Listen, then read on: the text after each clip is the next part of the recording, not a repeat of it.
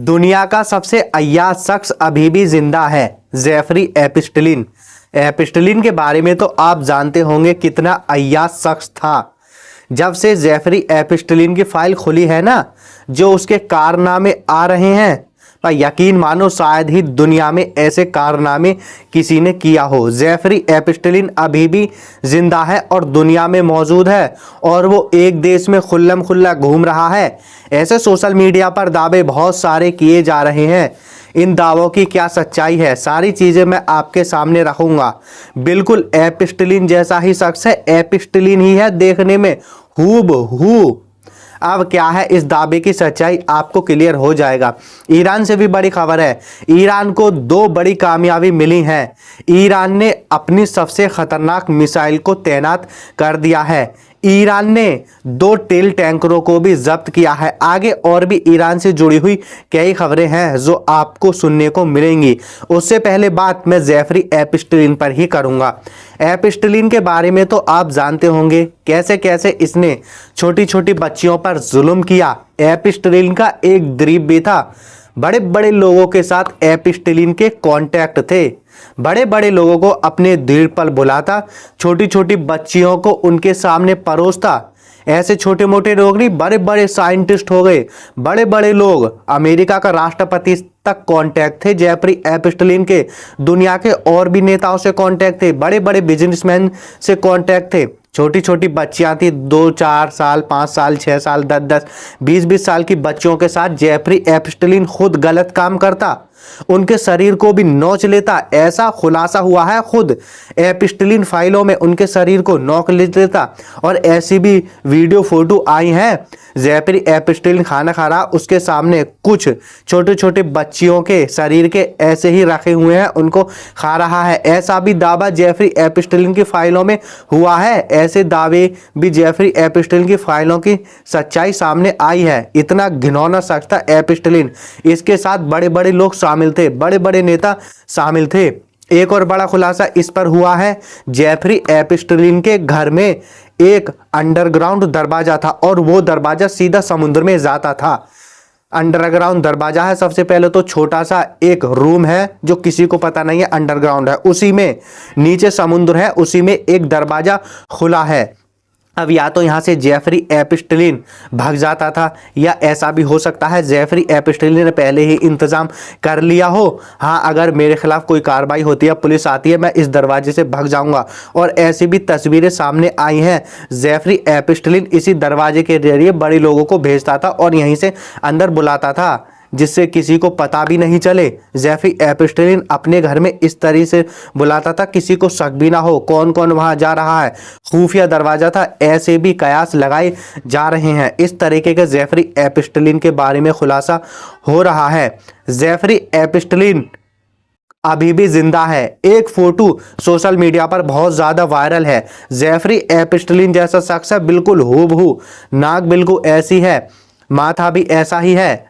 तेल अवीव में वो घूमता हुआ दिखाई दिया है, जो इजराइल का शहर तेल अवीव है, वहां पर घूमता हुआ दिखाई दिया है। ऐसे सोशल मीडिया पर दावे किए जा रहे हैं। हूबहू है, बस बाल बढ़ा रखे हैं उसने, सिर के बाल भी बढ़ा लिए हैं और चेहरे के बाल भी बड़े कर लिए हैं। ऐसा दावा सोशल मीडिया पर किया जा रहा और लोग ये क्यास लगा रहे हैं जेफरी एपिस्टलिन है। जो दावे किए गए थे 2018-19 में जेफरी एपिस्टलिन ने आत्महत्या कर ली थी, ऐसा कुछ नहीं है।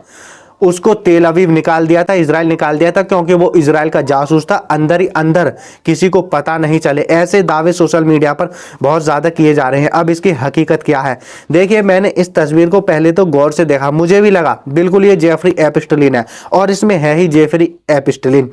मैंने और गौर से देखा, मैंने कोने को देखा तो पता चला ये जो इमेज है ना, ये एआई से बनी हुई है। गूगल जेमिनी एआई, कोने पे एक निशान है जो गूगल जेमिनी एआई का है। जैसे आप इमेज क्रिएट करते हो, नीचे कोने पर एक सितारे की सी इमेज बन जाती है, गूगल जेमिनी इमेज, 4 कोने वाले सितारे की सी।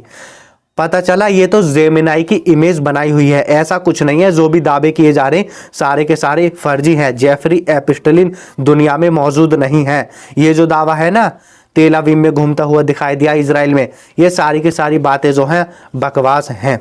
खैर आगे ईरान की तरफ बढ़ते हैं। ईरान ने एक सबसे बड़ी बैलिस्टिक मिसाइल को तैनात कर दिया है, अपने हर सैन्य अड्डे पर तैनात किया है, खुर्रमशहर 4। ईरान की ये नई मिसाइल है, सबसे खतरनाक मिसाइल है। ईरान अपनी इसे सबसे खतरनाक मिसाइल मानता है और इसको कोई भी डिफेंस सिस्टम रोक नहीं सकता।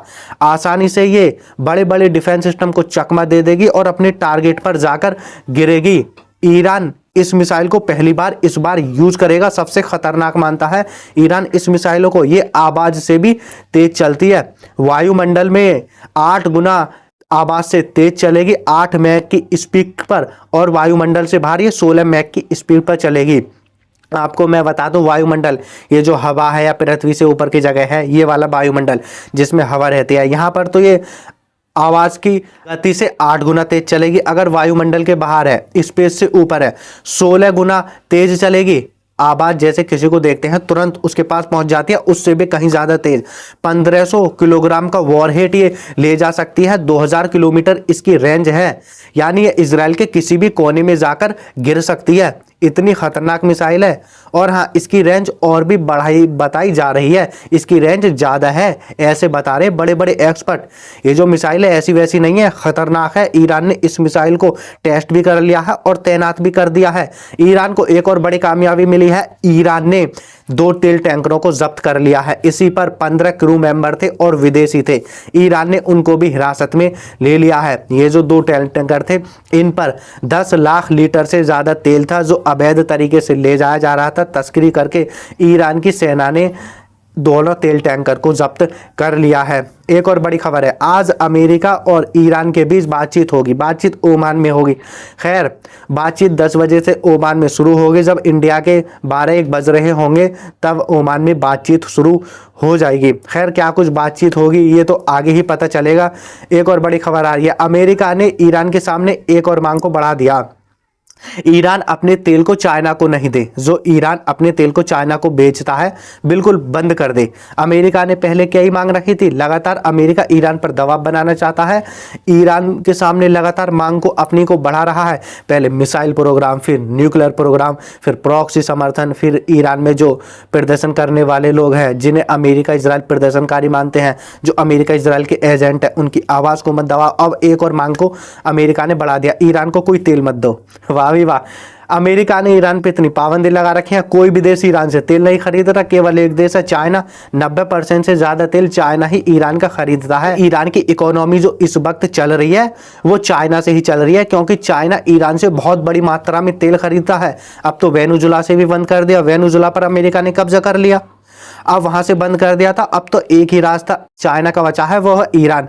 ईरान चाइना को तेल न दे, ईरान अपनी इकोनॉमी पर यानी खुद ही कुल्हाड़ी मार ले, वो ही बात हुई, अपनी मिसाइल को अपने ऊपर ही गिरा ले। ईरान अमेरिका के कहने को मानेगा, वैसे कोई और देश नहीं खरीदता, चाइना को भी नहीं देगा। ये किस तरीके की बातें हैं, मतलब ये चाहते हैं चाइना को भी कंट्रोल करो, चाइना को नीचे झुकाओ, हमारे सामने चाइना झुक जाए, और ईरान को भी ये कंट्रोल करना चाहते हैं। ईरान जब तेल नहीं बेचेगा, ईरान की इकोनॉमी नीचे गिर जाएगी, ईरान वैसे ही तबाह हो जाएगा। वैसे ही इन्होंने ईरान की तबाही के लिए बहुत सारे काम किए हैं, लेकिन ईरान फिर भी डटा हुआ है, ईरान झुकने का नाम नहीं ले।